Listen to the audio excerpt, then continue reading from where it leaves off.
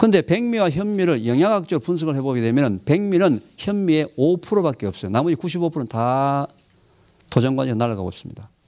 근데 그 영양학적으로요. 백미를 땅이나 물에 심게 되면 썩어버립니다. 현미는 땅에 심거나 물을 뿌리게 되면 발화가 됩니다. 그게 발화현미예요. 생명력으로 보게 되면 100대 0입니다.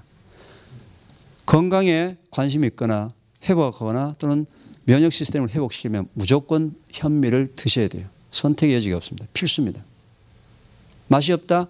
아까 그 현미죽, 반죽 기가 막히게 맛있습니다. 너무 고소해가지고 말이죠. 다들 그냥 너무 많이 먹었어요. 근데 그거는 말이죠. 적게 먹어도 포만감이 나요. 따라서 그 현미죽을 보통 한 2개월 정도 드시면 보통 몸무게 한 2, 3kg는 빠집니다. 포만감, 배도 고프지 않고. 이미 이건 벌써 임상학적 결과, 우리 했던 팀들에서 나온 결과예요. 네.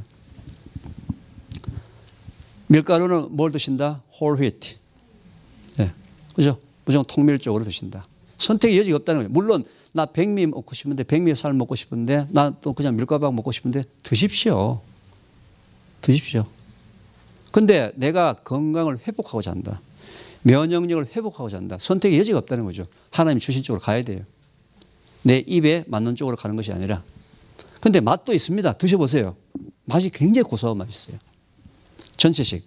거친 음식. 계속 음식이 부드러워지고 있습니다. 계속 음식이 부드러워지게 되면 뭐가 문제가 그렇습니까? 씹는 횟수가 줄어든다는 거죠. 씹는 횟수가 줄어들게 되면 뭐예요? 벌써 침의 발생량이 적어지게 되면 벌써 안에 내장에서 문제가 생기셔요. 내가 짬밥통을 계속 만든다는 거예요.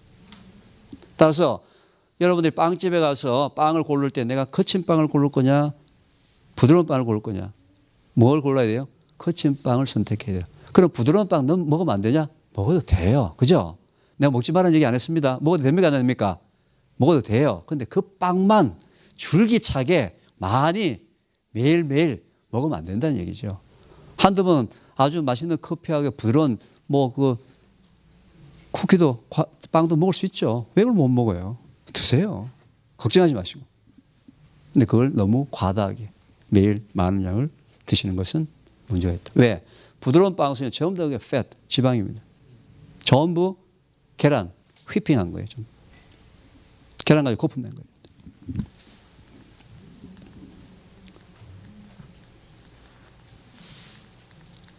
장수말의 공통점이 거친 음식입니다. 거친 음식이 뭡니까? 씹는 횟수가 늘어난다는 거예요. 여러분들 그걸 기억하셔야 돼요. 거친 음식은 씹는 횟수가 늘어나고 식이섬유가 많다. 두 가지입니다. 건강 회복을 하려면 무조건 두 가지를 하셔야 돼요.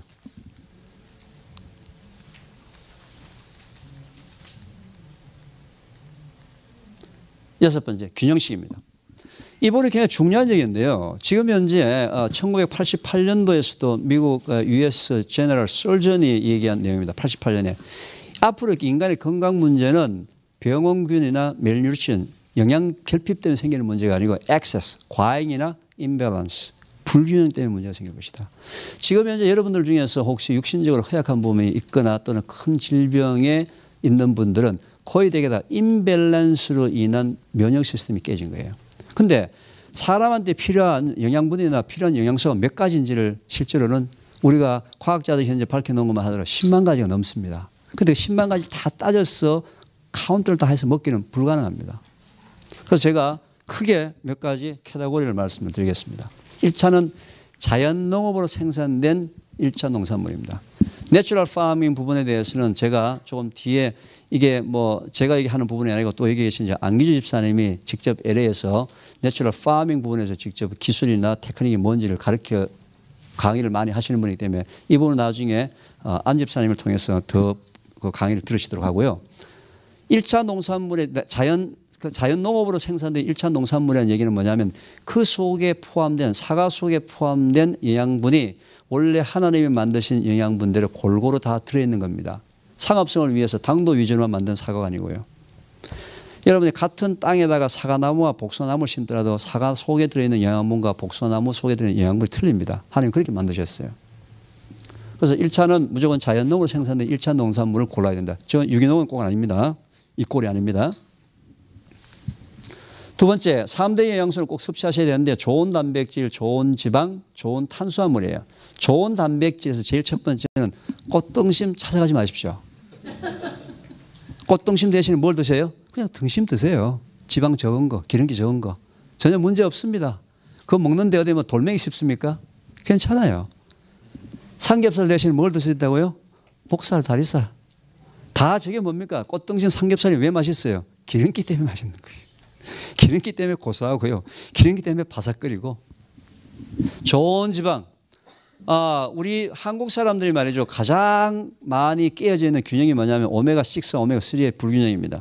오메가6이 주로 참깨, 참기름, 주로 콩기름.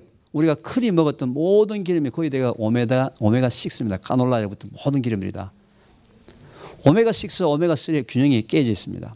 따라서 오메가3와 오메가6는 이미 임상학적으로 보게 되면 오메가6, 오메가3는 수 개가 서로 균형적으로 비율이 맞아야 되는데 우리나라 사람들 오메가6가 너무 많기 때문에 오메가3을 양을 늘려야 되는데 오메가3 열이는 가장 좋은 소스로 통들깨를 추천합니다.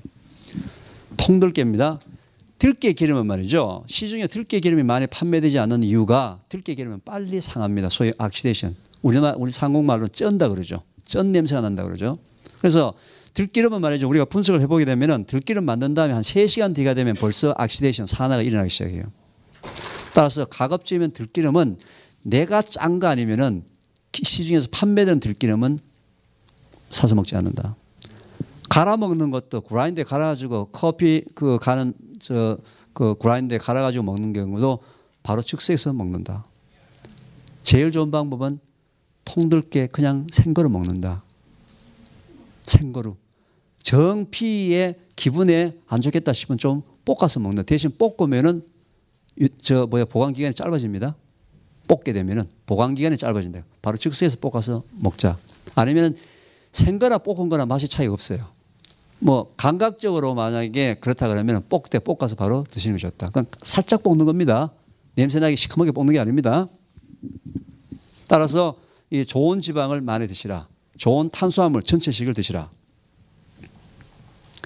아까 식이섬유, 미네랄 그리고 장의 기능을 도와주는 것 중에 하나가 발효식품들입니다. 청국장이라든지 요구르트라든지. 그런데 요구르트 드실 때 당분이 많이 들어있지 않은 플레인 또는 집에서 직접 만들어 드시는지. 저런 것도 이제 비피더스라든지 락토바실러스균들이 많이 있어서 유익균들이 장 활동을 도와주는 거죠. 그다음에 해조류, 김, 미역, 다시마. 다시마, 미역을 매일매일 먹기 어렵다게 되면 국 끓인다든지 찌개 끓일 때 그냥 넣어서 우려서 먹는 정도. 저게 요오드 성분을 공급하는 주요한 영양분이죠.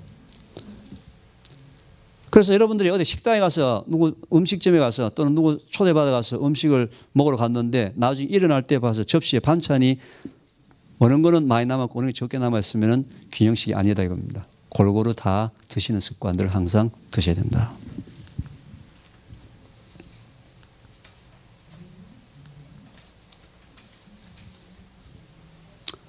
이건 이제 자연 농업을 설명하는 한 가지 이유인데요. 아까 왜 칼슘이 적게, 사과가 왜 그렇게 변했을까? 사과가 죄가 있는 게 아니에요. 땅이 변했습니다.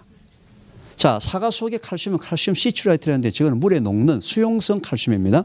근데 제가 아까 말씀드렸죠. 땅에 있는 칼슘은 뭡니까? 불용성 칼슘이에요. 물에 녹지 않는 칼슘입니다. 만약에 땅에 있을 때부터 저 칼슘이 물에 녹는 거라 그러면 비 왔을 때 다 실려가지고 가버리겠죠. 불용성인데 왜 저놈이 그러면 어떻게 뿌리를 타고 올라가겠습니까? 이게 바로 토양 속에 있는 미생물이 하는 역할이에요.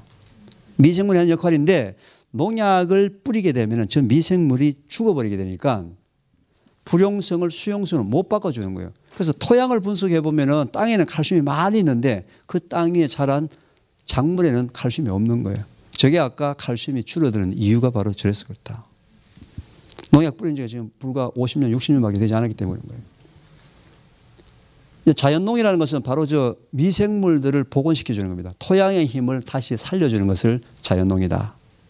현재 여러분이 잡수고 있는 비상갑수를 잡수고 있는 그 유기농의 정의는 무조건 미생물이 어떻게 되는지 관계없이 무조건 농사 지을 때 농약 안 뿌리고 화학 비료를 주지 않으면 다 유기농이에요. 그 두 가지 캐터고리만 만족하면은. 근데 안타깝게도 말이죠. 전 세계에서 chemical fertilizer, 화학 비료를 줬는지 안 줬는지를 분석하는 방법이 없어요. 분석 방법이 없습니다. 농약을